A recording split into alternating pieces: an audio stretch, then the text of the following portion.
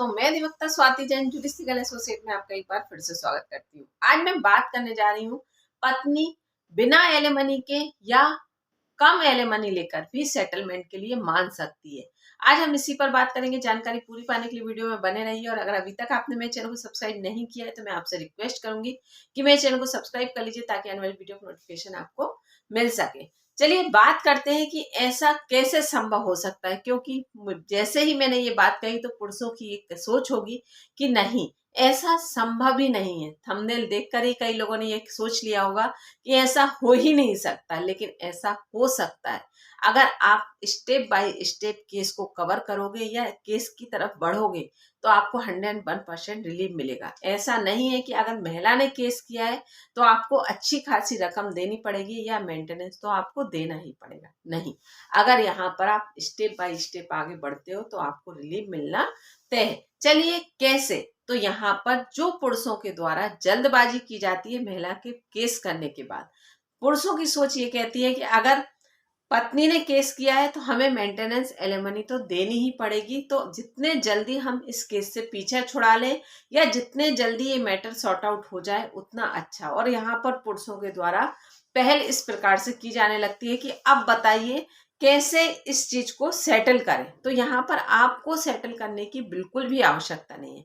अगर पत्नी के द्वारा केस किया गया है तो आप उसे स्टेप बाय स्टेप चलने दीजिए और आप जो भी पत्नी के द्वारा एलिगेशंस, जो भी आपके ऊपर आरोप लगाए जा रहे हैं, आप उनको प्रूफ करने की मांग कीजिए, ना कि आप उनसे डरकर घबराकर पीछे हो या उसको सॉर्ट आउट करने की प्रयास करें। आप यहाँ पर जो भी पत्नी एलिगेशंस लगा रही है आपको उसके एविडेंसेस मांगना चाहिए। जब आप एविडेंसेस मांगेंगे तो कहीं ना कहीं पत्नी जब गलत होगी तो उन एविडेंसेस को देने के लिए भी पत्नी के द्वारा कोई ना कोई गलती की जाएगी और यहाँ पर आप उस चीज का फायदा उठा सकते हैं। साथ ही आपको हड़बड़ी करने की आवश्यकता नहीं है, आपको जल्दबाजी करने की आवश्यकता नहीं है। आप ये एक्सपेक्ट करते हो, आप ये सोचते हो कि अगर आज इस तारीख पर न्यायालय में बुलाया है या न्यायालय पर उपस्थित होना है तो आज ही मैटर क्लोज हो जाए, लेकिन नहीं। जब आप गलत नहीं हो तो आप स्टेप बाय स्टेप चलने दीजिए ना। और आपको किस चीज की जल्दी है? अगर पत्नी के द्वारा आरोप लगाए गए हैं तो बर्डन ऑफ प्रूफ भी तो पत्नी के ऊपर ही है ना।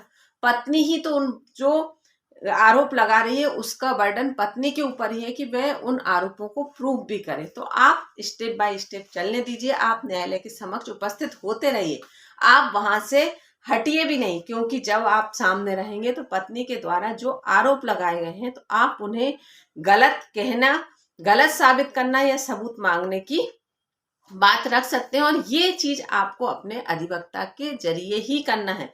आपको किसी भी प्रकार से कोई भी अभद्र भाषा, गलत लैंग्वेज का उपयोग नहीं करना है। साथ ही पति की अक्सर ये सोच कहती है कि नहीं, अब हम कैसे ही कर इस चीज को खत्म करें, या अपने एडवोकेट के द्वारा ही ये खबर भेज दी जाती है कि मैं तो बस इतनी ही रकम दे पाऊंगा या मैं इतना ही मेंटेनेंस दे पाऊंगा।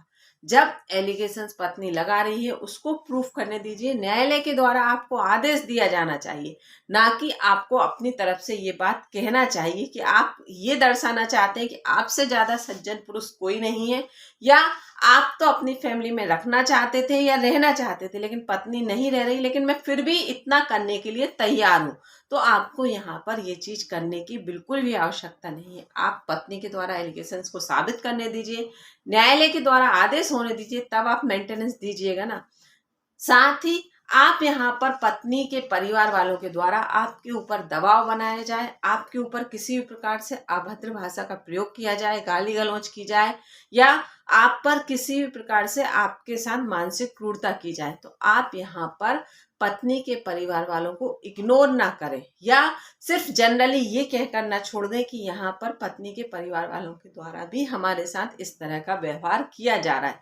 इसमें आपको इस तरह से पत्नी के परिवार वालों के ऊपर भी केसेस कर सकते हैं। जब आप इस तरह की कोई भी एक्टिविटी करते हैं तो कहीं ना कहीं पत्नी पर अपने आप दबाव बनता है कि जहां पत्नी थिंकिंग ये बनाकर आई थी कि मैं मेंटेनेंस का केस करूंगी, मैं एलिमनी का केस करूंगी, तो मुझे एलिमनी तो तुरंत ही मिलना शुरू हो जाएगी, उसके साथ ही मेंटेनेंस बन जाएगा, या इतनी समय अवधि में ये सारी चीजें क्लोज हो जाएंगी और मुझे तो मेंटेनेंस मिलने लगेगा।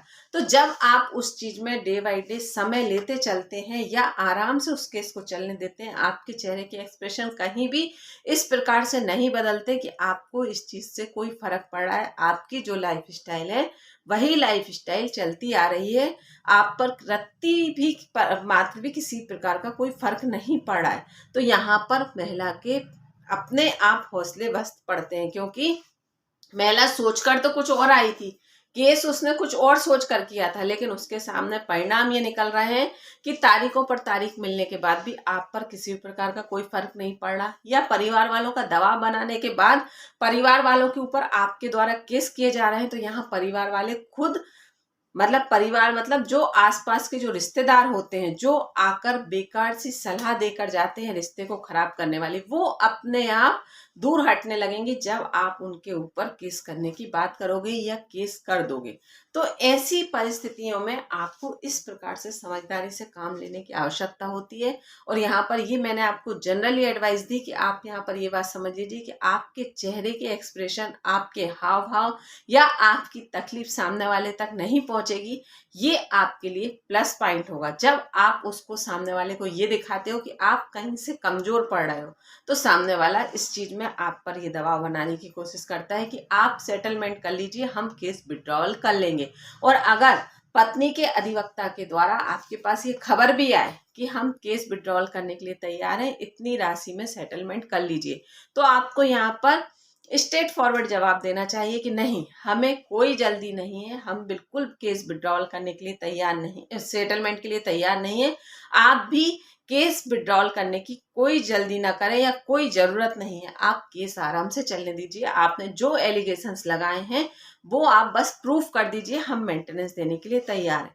जब आप इस तरह की मैसेज या इस तरह की बात सामने वाले पक्षकार तक पहुंचाते हैं, तो सामने वाला कहीं ना कहीं जाकर टूटता है, क्योंकि वो सोचकर तो कुछ और आया था कि सामने वाले की सामाजिक प्रतिष्ठा पर ठेस पहुंचेगी, तो सामने वाला सेटलमेंट के लिए तैयार होगा और हमें एक अच्छी खासी राशि मिलेगी मेंटेनेंस के तौर पर। तो यहाँ पर जब आप इस तरह से स्टेप बाय स्टेप चलते हैं, मैं आपको एक बार और रिपीट कर देती हूँ, यहाँ पर आपको पत्नी के परिवार वालों पर कार्यवाही करना चाहिए, सेटलमेंट के लिए तैयार नहीं होना चाहिए, और यहाँ पर आपको जल्दबाजी नहीं करना चाहिए। अगर आप ये 3-4 चीज़ों का उपयोग या समय समय पर इन चीज़ों को समझकर केस के दौरान चलेंगे, तो आपको बहुत बेनिफिट मिलने वाला है। और यहाँ पर साथ ही आप यहाँ पर ये चीज़ क्लोज मत कीजिए, पत्नी के द्वारा अगर आपके ऊपर जो एलिगेशंस लगाए हैं और जब आपको विश्वास है कि झूठे एलिगेशंस लगा रही है या पत्नी गलत है, तो यहाँ पर 101% केस भी आपके पक्ष में आएगा।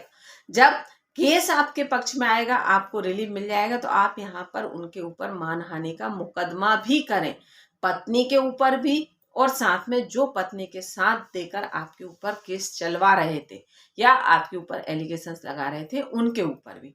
तो यहाँ पर आपकी जीत तो तय हो गई, आप तो जीत ही गए, लेकिन अगले किसी व्यक्ति के साथ कोई गलत ना करे, उसके लिए भी आपने अगले की व्यवस्था कर कर छोड़िए।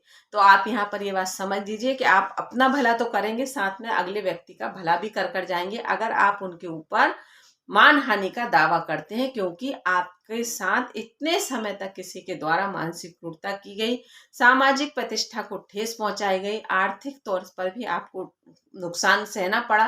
तो आप इस तरह से सामने वाले के ऊपर आरोप लगाएंगे या इस तरह से आप अपने केस को रिलीफ मिलने के बाद में आप इस तरह का कदम उठाएंगे, तो कहीं ना कहीं सामने वाले को समझ में आ जाएगा। और यहाँ पर 99% जब आप ये कहते हैं कि हमें सेटलमेंट की कोई जल्दी नहीं है, हम सेटलमेंट की बात नहीं कर रहे हैं, आप तो केस चलने दीजिए, तो यहाँ पर सामने वाला पक्षकार का समझदार होगा, तो वो ये अपनी स्थिति समझते हुए चुपचाप केस विड्रॉल कर लेगा या तारीखों पर उपस्थित होना बंद कर देगा। और तारीखों पर उपस्थित होना बंद कर देना मतलब जिसने आरोप लगाया वही उपस्थित नहीं हो रहा, तो केस एक समय के बाद अपने आप खारिज कर दिया जाता है, क्योंकि जब पत्नी उपस्थित हो ही नहीं रही तो अगला व्यक्ति आरोपी की कैटेगरी में आएगा ही नहीं और अपने आप केस खारिज हो जाएगा। तो यहाँ पर आपको समझदारी दिखाने की आवश्यकता है, ना कि जल्दबाजी। अगर आप समझदारी के साथ पेशेंस रखकर काम करेंगे तो आपको रिलीफ 101% मिलेगा। जानकारी अच्छी लगी हो तो एक बार मुझे कमेंट बॉक्स में कमेंट कर जरूर बताइएगा। धन्यवाद।